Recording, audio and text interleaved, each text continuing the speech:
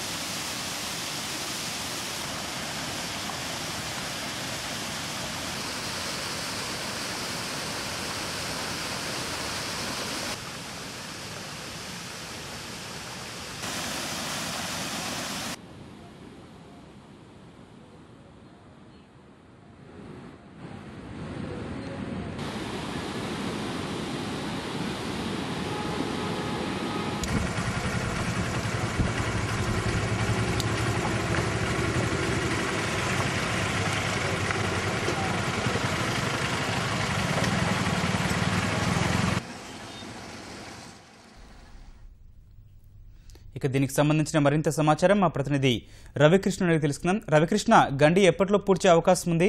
ప్రస్తుతం అక్కడ జరుగుతున్న పనులకు సంబంధించిన వివరాలేంటి? గౌతమ్, ఇక్కడ పశ్చిమ గోదావరి జిల్లా పెదవేగి మండలం జానంపేట వద్ద నిన్న సాయంత్రం గోదావరి కుడికాలో గండి పడింది. ఈ గండి కారణంగా కృష్ణా నదికి గోదావరి జలాలు అనుసంధానం చేసే ప్రక్రియకి విఘాతం ఏర్పడినట్లయింది. 350 టీఎంసీల నీరు ఇటు గోదావరి నీళ్లు ఈ తాటిపూడి ఎత్తిపోతల పథకం నుంచి కృష్ణా జలాలకు కృష్ణాకు తరలించేందుకు ఈ అధికారులు యుద్ధ ప్రాతిపదికన మీద కొన్ని కార్యక్రమాలు చేపట్టారు. కుడికాలలో సగంగా ఉన్న పనులన్నీ కూడా ఇటీవల కాలంలో పగలు రాత్రి తేడా లేకుండా పనులు చేశారు. ప్రధానంగా ఏంటంటే ఈ కుడికాలువ సంబంధించి మధ్యలో ఉన్న తమ్మిలేరుపై యాక్విడక్ట్ నిర్మాణం చేపట్టారు. ఇక్కడ 3 యాక్విడక్ట్ నిర్మాణం చేపట్టాల్సి ఉండగా 1 నిర్మాణం చేపట్టారు. అయితే ఎంతో కొంత నీరు ప్రవహించాలనే ఉద్దేశంతో ఈ కార్యక్రమం చేపట్టారు.